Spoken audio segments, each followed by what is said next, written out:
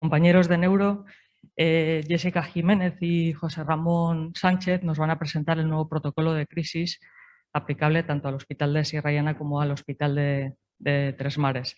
Entonces, agradecer también su esfuerzo y el protocolo luego quedará colgado en el gestor documental, ¿vale? Ya os comentaremos un poco más adelante lo de los protocolos, dónde van a estar y cómo van a estar también visibles y accesibles para todo el mundo, pero de momento que sepáis que quedará colgado en el gestor documental. Os dejo con ellos. Bueno, somos Jessica Jiménez y José Ramón Sánchez. Trabajamos aquí en el Servicio de Neurología del Hospital Sierra Llana y hoy os vamos a hablar del nuevo protocolo que hemos hecho para el manejo del paciente con crisis. Lo primero que queríamos hacer era explicaros un poco el porqué de hacer este protocolo. Principalmente se basa en dos motivos. El primero es que la epilepsia es una patología frecuente en el ámbito hospitalario y que puede ser potencialmente muy grave, sobre todo en su forma más florida, que es el estatus epiléptico. Y la segunda es que uno de los principales factores pronósticos del estatus es el tiempo que tardamos hasta su control, principalmente el tiempo hasta que iniciamos tratamiento. La idea del protocolo es un poco pues, ayudar al manejo de esta urgencia vital en cuanto a la elección de fármacos y administración de dosis adecuadas. Este es un poco el esquema que vamos a seguir en la charla. Una primera parte más teórica, que es la que me toca a mí, en la que haremos un recuerdo de los principales conceptos, la clasificación. Luego hablaremos un poco del estatus y su importancia y acabaré dando unas pinceladas sobre los principales fármacos, tanto benzodiazepinas como los fármacos antiepilépticos. Y luego ya Jessica, en una parte más práctica, os hablará de los algoritmos del manejo del estatus epiléptico, del manejo de paciente con crisis y acabará con unos casos clínicos. Lo primero es ver un poco y recordar de qué estamos hablando. Se define la epilepsia como un trastorno cerebral caracterizado por la predisposición duradera a tener crisis epilépticas. Por definición, requiere al menos una crisis epiléptica, haber sufrido una crisis. Y se puede llegar a este diagnóstico de tres formas, las tenemos aquí. La primera sería el hecho de tener dos o más crisis no provocadas con una separación mayor de 24 horas.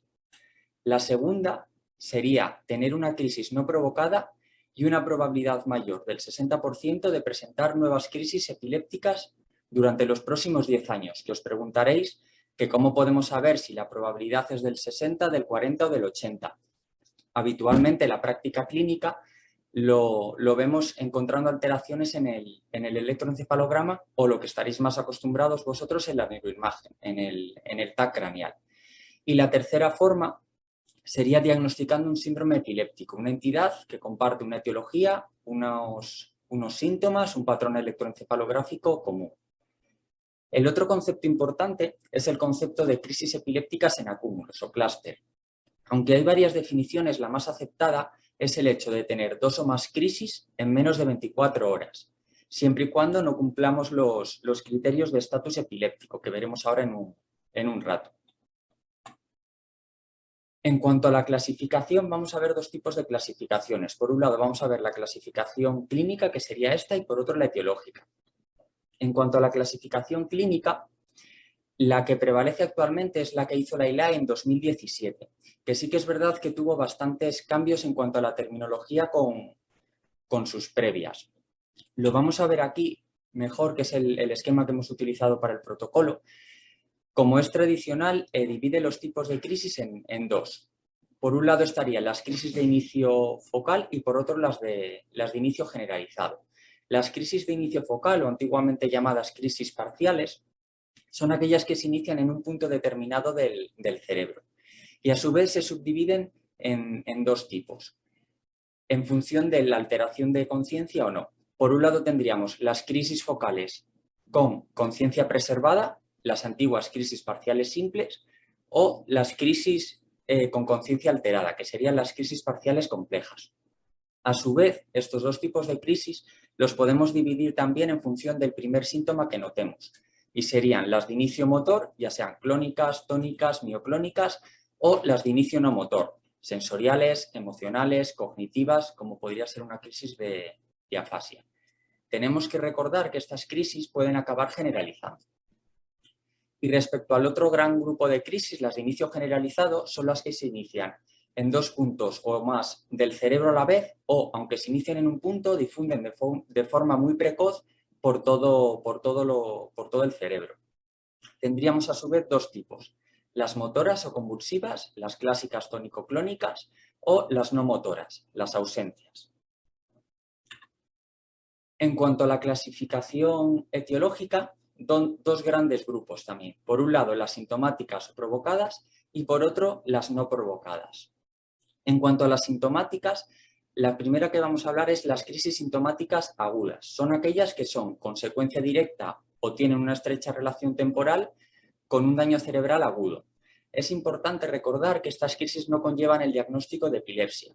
Es decir, un paciente que hace crisis epilépticas en el contexto de una hiponatremia grave no conlleva en sí el diagnóstico de epilepsia.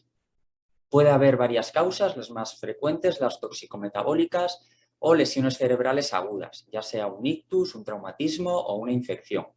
Normalmente, esta lesión aguda tiene que ocurrir en los primeros 7-10 días, la crisis tiene que ocurrir dentro de los primeros 7-10 días. En cuanto a las crisis sintomáticas tardías o remotas, son aquellas en las que hay una lesión cerebral preexistente. Esto sí que implicaría un diagnóstico de epilepsia y las causas más frecuentes son el hecho de haber tenido un ictus antiguo, un ictus crónico, alteraciones del desarrollo cortical, enfermedades degenerativas como el Alzheimer, gliosis secundario a una cirugía o a un traumatismo o a los propios tumores. Vamos a recordar ahora un poco las pruebas que debemos hacer en un paciente con crisis epilépticas. Lo primero sería una analítica completa que incluye una bioquímica, acordaros siempre de los iones, especialmente del calcio, función renal, perfil hepático, hemograma, coagulación, y en función de la sospecha podremos completar con análisis toxicológico, gasometría venosa, elemental y sedimento. En aquellos pacientes, sobre todo si hay pérdida de conciencia, es imprescindible la realización también de un electrocardiograma. Y en cuanto a la neuroimagen, en nuestro medio la opción que tenemos pues habitualmente es el TAC craneal. Vamos a ver un poco en aquellos casos en los que es imprescindible su realización. Como sabéis, en toda primera crisis es necesario hacer un TAC urgente. En aquellos pacientes que tengan una focalidad neurológica no conocida, en estos casos hay que acordarse también de valorar el activar código ictus. Aquellos pacientes que tengan un traumatismo, sospecha de infección del sistema nervioso central o historia reciente de cáncer o inmunodepresión. En epilépticos conocidos, aquellos que tengan cambio en sus características o frecuencia de las crisis también estaría indicado. Es decir, un paciente que tenga siempre crisis focales motoras, de repente nos ha venido por 2 crisis generalizadas, deberíamos hacer una neuroimagen. Y en aquellos pacientes en los que, por ejemplo, tengan 2 crisis al año y de repente tengan 5 crisis en menos de una semana, pues lo mismo, debemos sospechar que hay una lesión añadida. Otras pruebas complementarias serían la punción lumbar, sobre todo para descartar una infección del sistema nervioso central o una hemorragia subaracnoidea, o el electroencefalograma, que sería imprescindible para el diagnóstico del estatus epiléptico no convulsivo, que veremos ahora enseguida, o habría que hacerlo lo más pronto posible en aquellos pacientes que tienen una primera crisis.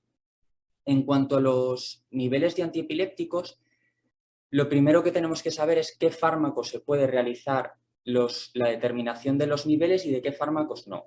Fármacos más clásicos como la fenitoína, carbamazepina, valproato, la motrigina, fenobarbital, sí que se puede realizar. Y es más, es necesario hacerlo porque son fármacos con una farmacocinética no lineal, con muchas interacciones, con un rango terapéutico bastante estrecho. En cambio, fármacos más nuevos como la lacosamidas, bicarbazepina, vibarcetam, perampanel, con una farmacocinética más lineal, menos interacciones, amplio margen terapéutico, no se puede realizar y no es necesario. La única excepción sería el levetiracetam, que si bien es un fármaco con pocas interacciones y que no es esperable grandes variaciones de su dosis, sí que se podría realizar los niveles, aunque la práctica clínica no se realiza de forma rutinaria. Es importante, en cuanto a los niveles, sacarlos antes de la administración de la carga endovenosa y, mucho más importante, registrar el peso del paciente, dosis habitual, hora de extracción y hora de la última toma, ya que sin esto el farmacólogo no va a poder estimar los niveles. Vamos a ver ahora un poco unas pinceladas sobre el estatus epiléptico. Lo primero es definirlo. Como pasaba con las crisis, tenemos dos tipos. Por un lado estaría el estatus epiléptico convulsivo, es aquella crisis convulsiva generalizada que dura más de 5 minutos, o el hecho de tener 2 o más crisis sin recuperación del nivel de conciencia. Y por otro, tendríamos el estatus epiléptico no convulsivo, aquella crisis sin una actividad motora reconocible o predominante, muchas veces pueden ser pequeñas mioclonías palpebrales, pero que hay un trazado electroencefalográfico crítico continuo. Como os podéis imaginar, el diagnóstico es complicado, siendo imprescindible la realización del electroencefalograma. Se puede manifestar habitualmente con alteración del nivel de conciencia, que puede ir desde un simple síndrome confusional hasta un coma. Y me gustaría detenerme un poco más en el concepto del estatus sutil. Es el estatus no convulsivo que ocurre como consecuencia de un estatus convulsivo. Me explico. Es un paciente que ha estado convulsionando durante 15-20 minutos y de repente ha dejado de convulsionar, pero el paciente se ha quedado prácticamente en coma. Inicialmente lo achacamos a un postcrítico, pero vemos que a los 30-40 minutos no termina de recuperar. En esos casos debemos sospechar que el paciente esté en estatus no convulsivo. El otro concepto importante es el hecho de tener un estatus epiléptico refractario, que se define como aquel que persiste a pesar del uso de 2 fármacos antiepilépticos, habitualmente una benzodiazepina y un fármaco antiepiléptico. Como dije al principio de la presentación, el estatus epiléptico tiene una mortalidad muy alta, una mortalidad global del 20%, que puede llegar a duplicarse en gente mayor de 65 años. Por lo tanto, es imprescindible su detección precoz y inicio rápido del tratamiento para disminuir esta morbimortalidad. En esta diapositiva, en la parte de la izquierda, vemos 3 gráficas temporales en las cuales nos vamos a centrar en las 2 de arriba. La de arriba del todo corresponde al estatus epiléptico convulsivo generalizado y la de abajo al estatus epiléptico focal con alteración del nivel de conciencia. A su vez, en las líneas temporales vemos marcados 2 puntos, T1 y T2. T1 sería el tiempo a partir del cual la crisis es improbable que ceda espontáneamente, ya sea porque los mecanismos finalizadores de la crisis han fallado o porque se han iniciado mecanismos que la perpetúan. Y T2 es el tiempo a partir del cual es esperable que queden secuelas, ya sea en forma de daño neuronal directo o en forma de daño funcional por alteración de las redes neuronales. De modo que, en función del tipo de estatus, estos tiempos T1 y T2 llegan antes o después. En el caso del estatus convulsivo generalizado, el T1 llega a los 5 minutos y el T2 llegaría a los 30 minutos. En el caso del estatus focal con alteración de conciencia, estos tiempos se duplican, llegando en 10 minutos el T1 y en 60 minutos el T2. En otros tipos de estatus, como vemos abajo, el de ausencia, el focal sin alteración de conciencia o el estatus no convulsivo, estos tiempos no se sabe exactamente cuándo llegan. Esto justifica un poco el que seamos más o menos agresivos en el tratamiento de determinados tipos de estatus y a su vez más o menos agresivos con la intención de meter al paciente en UCI. En el gráfico de la derecha lo que vemos es un poco, en términos generales, las diferentes etapas de un estatus. Empezaríamos con la fase precoz, los primeros 5 o 10 minutos en función del tipo de estatus. Si fallara el tratamiento con benzodiazepina, estaríamos hablando de un estatus establecido. Si fallase el tratamiento con un fármaco antiepiléptico, estaríamos hablando de un estatus refractario. Y por último, si fallase el tratamiento con anestésicos, estaríamos hablando de un estatus súper refractario. Vamos a ver ahora unas pinceladas de los principales fármacos con intención de ver sus principales indicaciones y contraindicaciones. Empezamos con las benzodiazepinas. Como sabéis, la más utilizada a nivel mundial es el lorazepam endovenoso, pero por desgracia no lo tenemos en España, en esta formulación. Las que utilizamos nosotros habitualmente son estas tres. Por un lado tendríamos el diazepam, que sería el más usado. Habría que diluir una ampolla en 8 centímetros cúbicos de suero salino y administrar bolos de 3-5 miligramos hasta yugular la crisis. Por otro lado tendríamos el midazolam, que aunque se puede utilizar también de primera elección, es muy útil en aquellos pacientes que han llegado al hospital y todavía no tenemos un acceso venoso, porque lo podemos poner de forma intramuscular. Y por otro lado, tenemos el clonazepam, que si bien lo podemos utilizar también de primera elección, diluyendo una ampolla en 9 centímetros cúbicos de salino y pasar 1 miligramo, podemos utilizarlo también, y es cuando más se utiliza, en aquellos casos en los que tenemos crisis en acúmulos, ¿vale? Pasando 1 miligramo en 30-60 minutos. Hay que acordarse de vigilar la saturación de oxígeno y no hay que administrarlo en fase poscrítica, ya que podemos alargar el poscrítico y enmascarar un estatus no convulsivo. Quería hacer mención especial también a las benzodiazepinas que no administramos por vía endovenosa. Hemos hablado un poco del midazolam intramuscular, pero hay que acordarse que en fase prehospitalaria disponemos también del diazepam rectal y del midazolam oral. Menos efectivo sería el lorazepam oral entre el labio y la encía en pacientes pues, que están en su casa y no hay otras opciones. En cuanto a los fármacos antiepilépticos, bueno, tenemos que recordar que hay vida más allá del levetiracetam. El fármaco ideal, ¿no? El que querríamos tener todos, pues es un fármaco que lo disponemos en formulación endovenosa, que sea rápido, efectivo, amplio espectro, pocas interacciones y pocos efectos secundarios. Aunque no hay un fármaco que se adecúa a todas estas características, sí que tenemos fármacos que están muy cerca. Vamos a ver unas pinceladas de los principales tratamientos. El primero, por su mayor uso, sería el levetiracetam. Tendríamos que administrar una carga entre 30 y 60 miligramos en 100 de salino a pasar rápido, en 10-15 minutos. Si nos fijamos aquí, en un paciente de 70 kilos estaríamos hablando de administrarle por lo menos 2,5 gramos de levetiracetam. Después comenzaríamos con una dosis de mantenimiento entre 500 y 1000 miligramos cada 12 horas, iniciado a las 12 horas de la carga. Como sabéis, este fármaco tiene muy pocas interacciones, por eso es de elección en ancianos y polimedicados, pero precisa de ajuste en insuficiencia renal. Es la única cosa con la que tenemos que tener cuidado.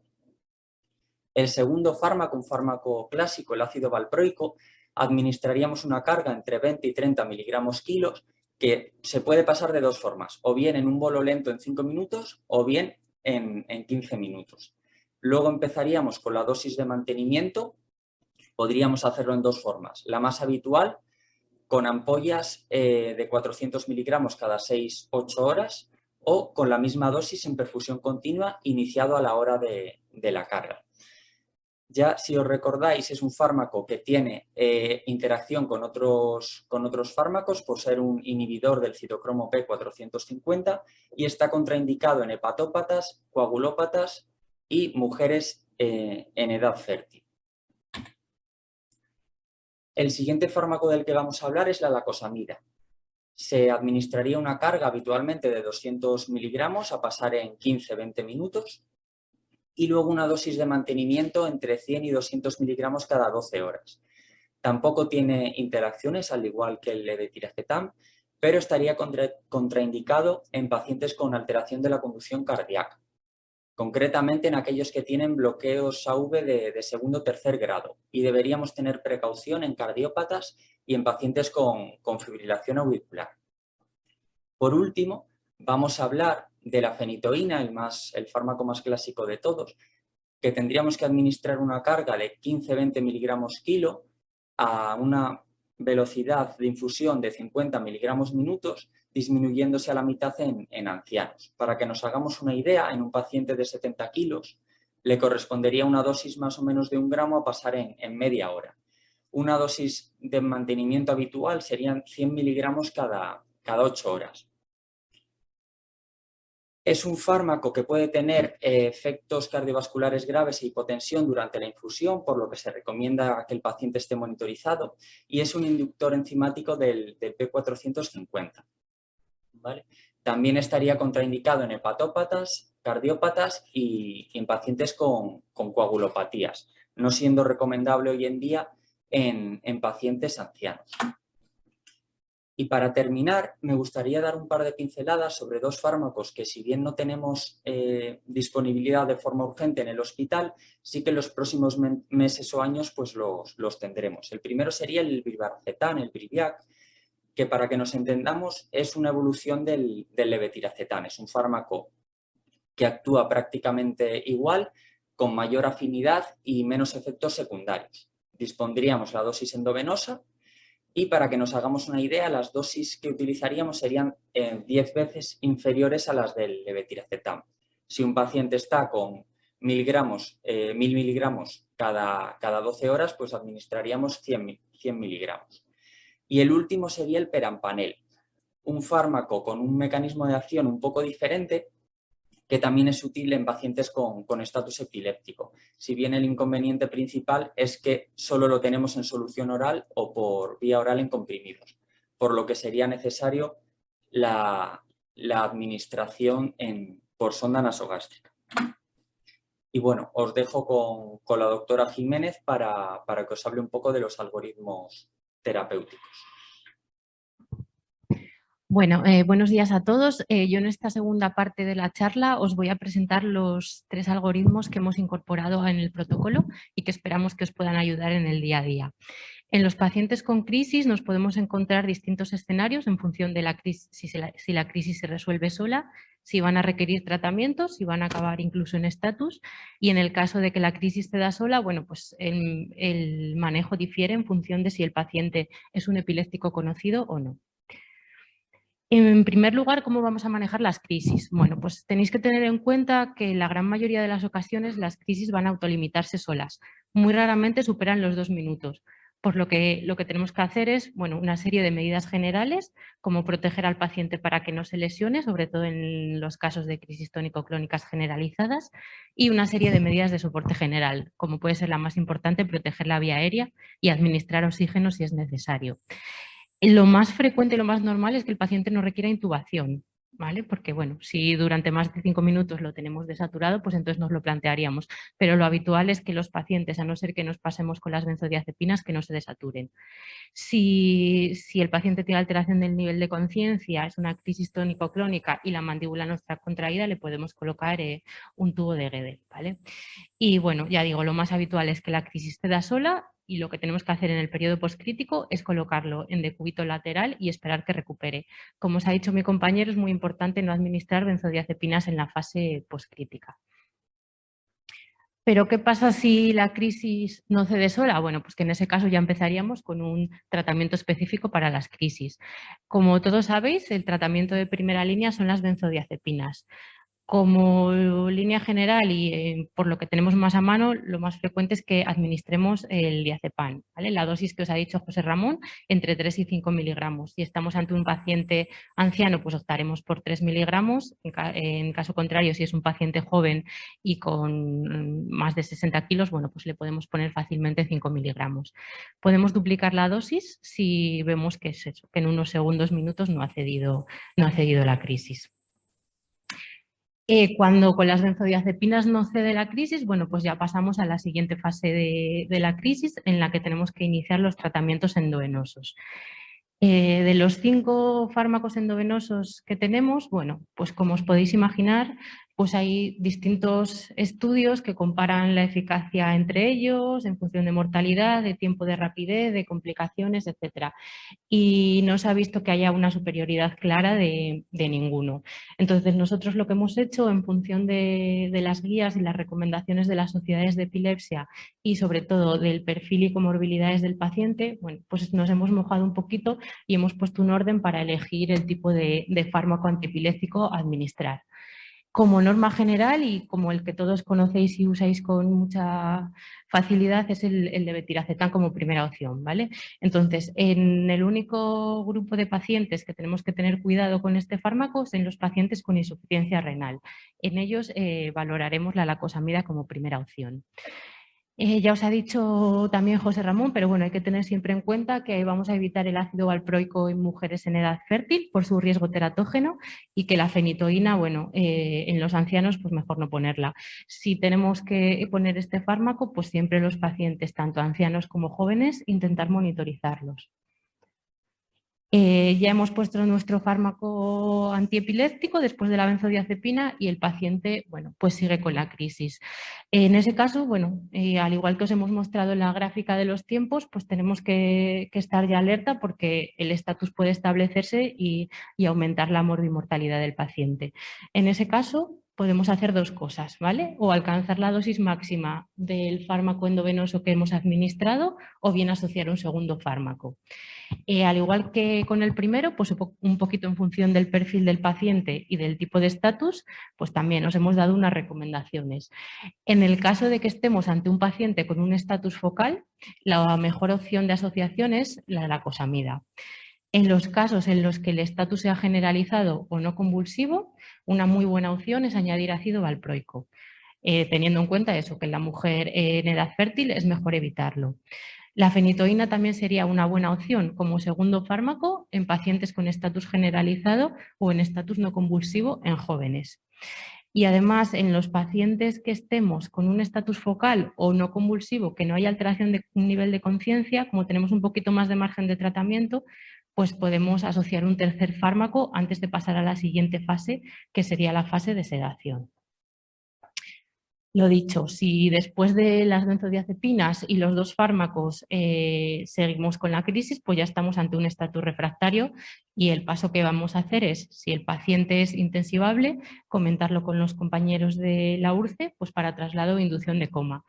Habitualmente el coma que hay que hacer es un coma no barbitúrico, ¿vale? Por la mejor tolerancia del paciente a la midazolam y al propofol. Y debemos mantener los fármacos que hemos administrado anteriormente combinados y a la dosis correcta. A las 24 horas lo que hacemos es intentar despertar al paciente. Si, como he dicho, al día siguiente el paciente sigue con las crisis, estaremos ya de un estatus súper refractario y nos tenemos que plantear otro tipo de medidas más agresivas. Bueno, en función del perfil y del tipo de estatus, bueno, pues podemos asociar otro tipo de fármacos con distintos mecanismos de acción, incluso sedaciones con ketamina, bolos de lidocaína.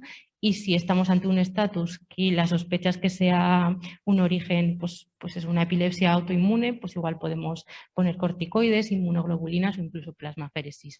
En casos más refractarios, bueno, pues igual en alguna ocasión se llega incluso a inducir la hipotermia del paciente. Por otro lado, cuando las crisis se autolimitan solas y no tenemos que llegar a todos los pasos anteriores, bueno, pues ¿qué vamos a hacer con los pacientes? Lo primero, tenemos que saber si el paciente es epiléptico o no. En los pacientes con una primera crisis que no tienen historia de epilepsia, pues tendremos que buscar una causa aguda responsable mediante las pruebas complementarias que os hemos explicado antes. Si en las pruebas complementarias bueno, pues nos encontramos alguna alteración, estaremos ante una crisis sintomática aguda y lo que hay que hacer es tratar la causa y podremos valorar poner un fármaco antiepiléptico hasta que se resuelva la causa. Hay que enviar a estos pacientes a la consulta de neurología y habrá algún caso que requieran ingreso, bueno, pues por la causa sintomática, pues en caso pues eso, de una alteración metabólica, infecciones, etcétera. En el lado contrario tenemos un paciente con una crisis no epiléptico y sin una causa aguda responsable. Pues en esos pacientes lo que tenemos que hacer es bueno, mandarlo a consulta preferente de neurología porque por norma general una crisis no provocada no hay que ponerla a tratamiento. Pero como en todo vamos a tener excepciones, ¿vale? Pues las excepciones son que sea la segunda crisis no provocada, como os hemos dicho antes, tienen que estar separadas al menos 24 horas. Hay que preguntar al paciente de forma explícita si tiene antecedentes de crisis previas, no solo crisis generalizadas, sino hay gente que tiene, pues eso, historia de ausencias en la infancia, mioclonías, y que si no preguntamos por ellas, pues muchas veces no nos las van a contar espontáneamente. Y en esos casos también estaría indicado el tratamiento. En mayores de 60, 65 años, lo que han visto los estudios es que las mayorías de las crisis son sintomáticas y el riesgo de recurrencia es muy alto, por lo que ante una primera crisis en un paciente mayor de 65 años estaría indicado empezar el tratamiento antiepiléptico desde el inicio. No hay que esperar a una segunda crisis, esto es muy importante. Si nos encontramos una alteración en la prueba de imagen, no aguda, pero sí, bueno, como un ictus antiguo, un tumor, una malformación vascular, hablaremos de crisis tardías con riesgo de recurrencia alto también y habría que tratarles. Recordaros que los ictus que pueden dar crisis son los que tienen afectación cortical, que los lacunares no nos van a dar crisis epilépticas. Cuando nos encontremos con un eje patológico, lógicamente habrá que tratarlo. Eso habitualmente lo veremos más en la consulta que en la urgencia, pero bueno, habrá algún paciente que pueda tener algún eje por ahí en la historia que sea patológico. Los pacientes con discapacidad intelectual también tienen más riesgo de recurrencias y si debutan como un estatus epiléptico siempre hay que iniciar tratamiento y cuando haya una focalidad no transitoria lo mismo. En estos dos últimos casos, bueno, pues parece más que razonable ingresar al paciente para estudiarlo. En el caso de que estemos ante un paciente epiléptico conocido que presenta una crisis, bueno, y que se ha autolimitado sola, lo que tenemos que hacer es, bueno, ¿hay algún factor desencadenante para que haya tenido la crisis? Eso nos ayudará en las pruebas complementarias. Si vemos que es una crisis precipitada porque hay algún factor desencadenante, pues trataremos la causa y hay que mantener el mismo tratamiento antiepiléptico. En el caso contrario de que no encontremos ningún factor precipitante, bueno, pues hay que preguntar, muy importante, si es la frecuencia habitual de crisis. Hasta el 30% de los pacientes epilépticos no están bien controlados, por lo que su frecuencia habitual puede ser una crisis al mes. Entonces, si viene por esa crisis, pues no tenemos que hacer mucho más que mantener su tratamiento. En el caso contrario, en el que el paciente tome bien la medicación, esté bien controlado y además los niveles estén correctos, lo que tendremos que hacer será valorar aumentar la dosis del antiepiléptico si estamos en rango o asociar un segundo antiepiléptico. Y además, bueno, pues decirle que nos llame a la consulta. Si por el contrario el paciente ha olvidado alguna toma o los niveles están bajos, bueno, pues en función de lo que sea, insistiremos en las medidas higiénico-dietéticas, en que tome bien la medicación y además se puede valorar aumentar la dosis. En cuanto al tratamiento, como estos pacientes epilépticos, la mayoría de ellos va a estar con tratamiento, en el caso de que nos cuenten que han olvidado una toma, podemos poner una dosis de carga, pero siempre del fármaco que estén tomando, ¿vale? Si un paciente viene a urgencias y toma la cosamida, no le pongáis una carga de Keppra, ponerle una carga de la cosamida. Si hay endovenoso, bien, y si es vía oral, pues vía oral, si el nivel de conciencia lo permite que lo tomen. Y en los pacientes que sí que hayan tomado la medicación y que no haya una causa, que no sea una crisis precipitada, pues se puede valorar dar una dosis extra de su medicación habitual. Es muy importante y no debemos olvidar que en los pacientes con crisis, bueno, pues debemos tenerlos en observación unas horas para asegurarnos que no recurran y que recuperen por completo.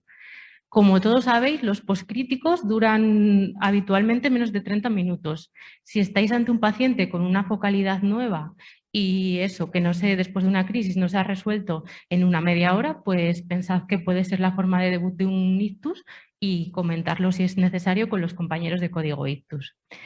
Hay que informar al paciente y explicarle que debe evitar exponerse a situaciones de riesgo. Y si es conductor, además, nuestra obligación es informarle sobre el Reglamento General de Conductores. En los pacientes epilépticos tienen que estar 12 meses sin crisis para poder conducir. En los que han sufrido una crisis no provocada o provocada, pero no tienen el diagnóstico de epilepsia, deben estar al menos 6 meses.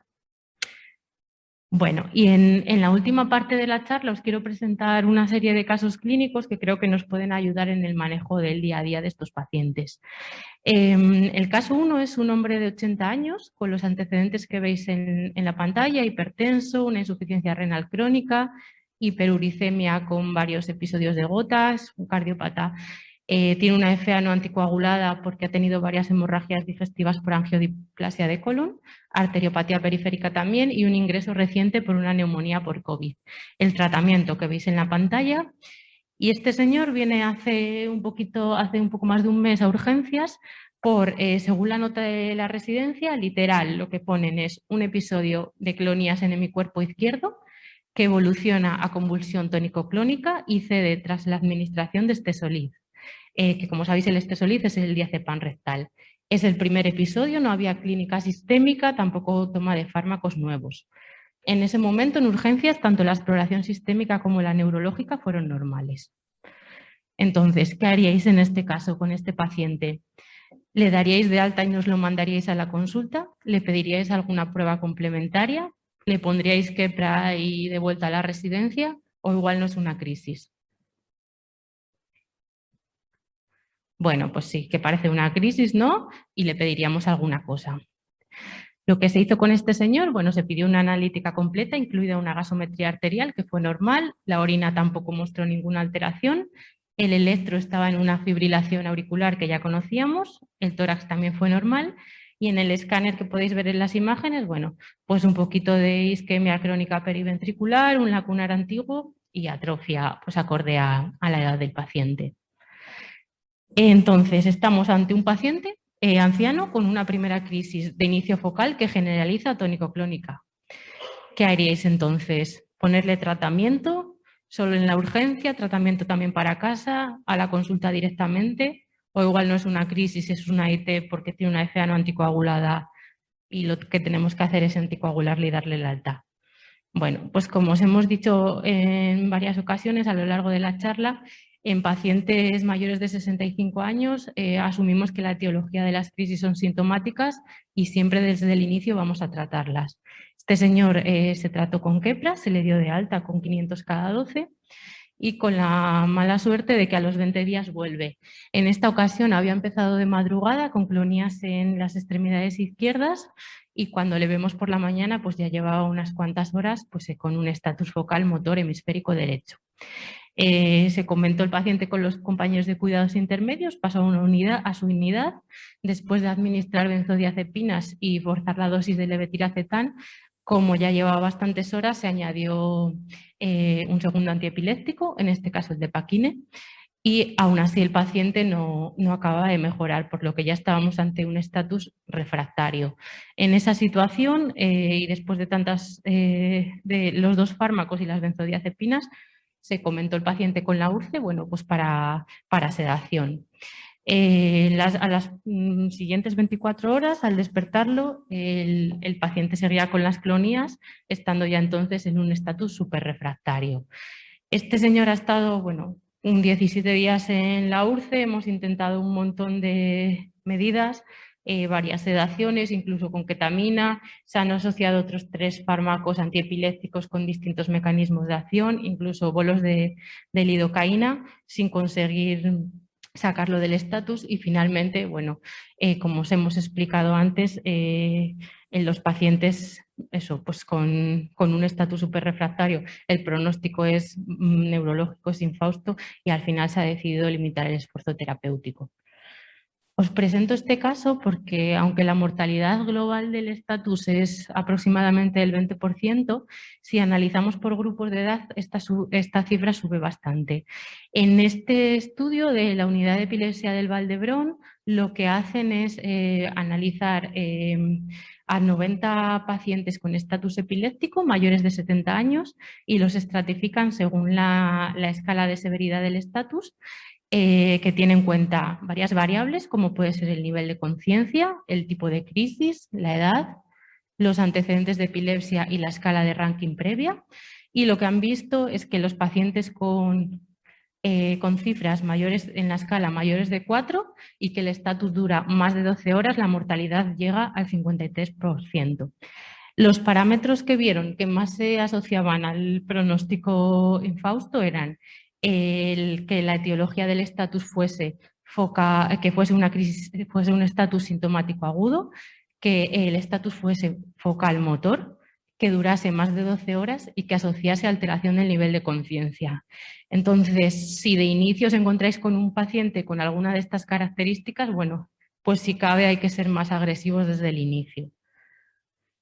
El caso 2 es una mujer de 18 años que no tenía ningún antecedente de interés, tampoco tomaba ningún tratamiento y que lo único destacable es que tenía un tío materno con epilepsia.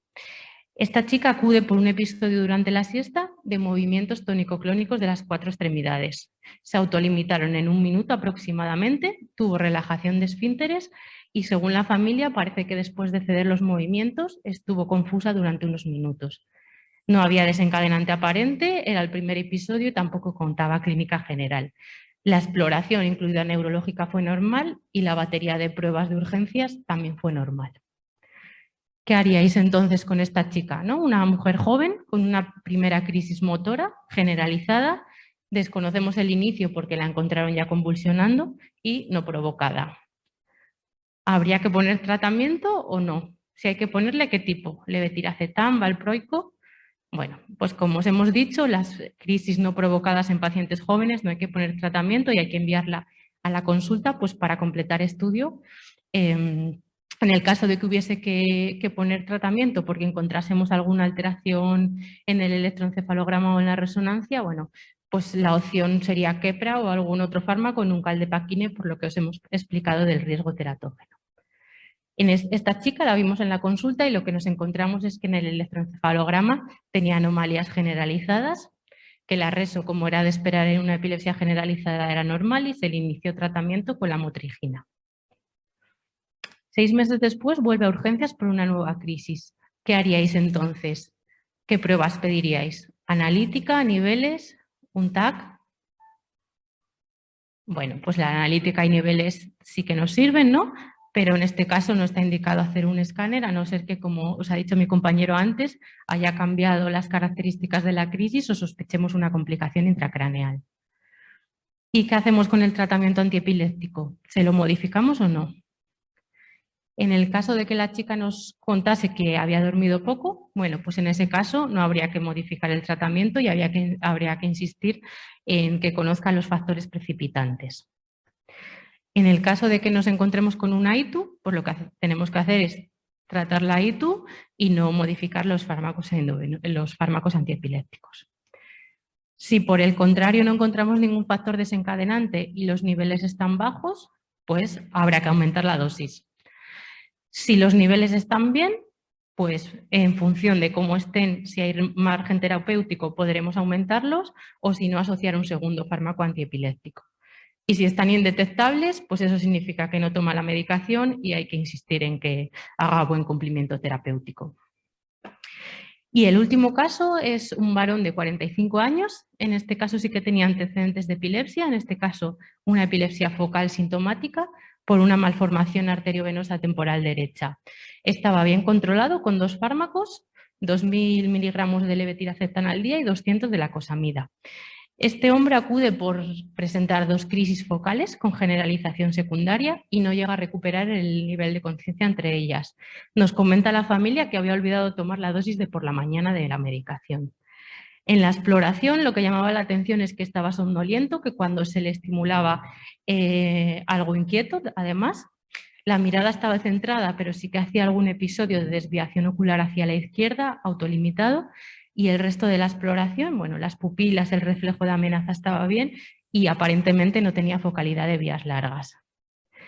En este caso lo que se hizo fue una analítica, que fue normal, un tórax también normal, el electrocardiograma estaba en sinusal y sí que se repitió el escáner porque, bueno, debido al antecedente de la malformación arteriovenosa temporal y que además no acaba de recuperar el nivel de conciencia, pues para descartar una complicación intracraneal, que fue el escáner normal.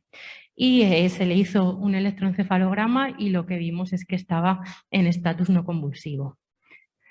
Esto viene un poquito a colación de lo que os contaba antes José Ramón, que tenemos que sospechar los estatus no convulsivos en pacientes con fluctuación o alteración inexplicable del comportamiento del nivel de conciencia y que hay que considerarlo siempre, siempre, siempre, si después de un estatus convulsivo, a los 10 minutos de parar los movimientos no mejora el nivel de conciencia o si a la hora no está en su situación basal.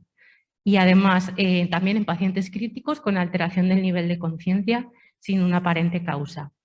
En la tabla que veis abajo hay varios síntomas, tanto negativos y positivos, que nos pueden ayudar un poquito cuando sospechamos un estatus no convulsivo. En el caso de los síntomas negativos, bueno, la confusión, la inatención sobre todo, y en el caso de los síntomas positivos, pues si el paciente presenta parpadeo, espasmos faciales, nistagmo, desviación ocular, etcétera.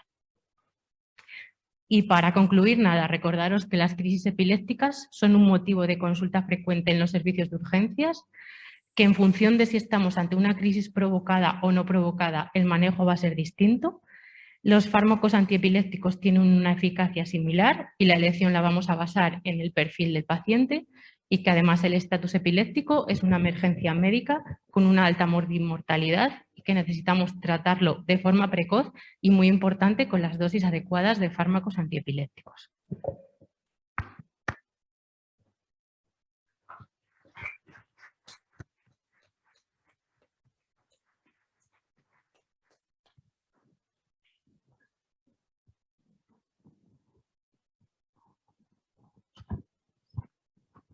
Vale, muchas gracias ahí por la presentación que habéis hecho los dos, que yo creo que ha sido pues, un repaso ahí amplio y a la vez conciso y que bueno, deja muy claras las cosas a seguir.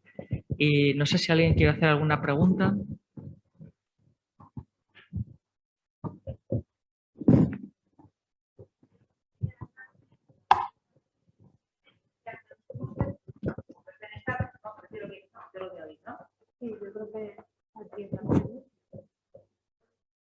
No, quería ver si podía quedar claro, que la gente entienda bien la diferencia entre un paciente que está en estatus o cuando son crisis epilépticas en acúmulos o tipo clúster, ¿no? Porque probablemente puede inducir a error en algunas situaciones. Sí, habitualmente eso, las crisis en clúster, el paciente recupera, entre ellas está completamente asintomático, suelen estar un poquito más separadas en el tiempo, y cuando está en estatus, bueno, pues aunque pase media hora entre crisis y crisis, el paciente no llega nunca a su situación basal, ¿vale?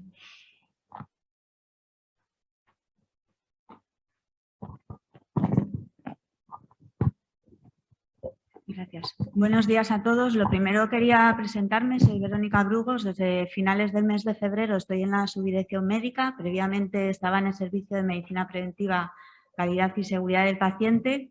Y lo segundo, que es lo más importante, dar la enhorabuena tanto a Jessica como a José Ramón por la presentación que habéis hecho. Soy consciente de la dificultad que tienen las presentaciones y explicar estos temas que a mí me parecen complejos de una manera sencilla, más todavía. Y al servicio de neurología por la iniciativa del protocolo. Yo creo que es fundamental que tratemos de trabajar con evidencia y de una manera arreglada, y sobre todo compartirlo y difundirlo a todos, que es lo que yo creo que tenemos que trabajar. Y gracias a todos por la asistencia. Veo que es muy numerosa y eso siempre es bueno. Muchas gracias.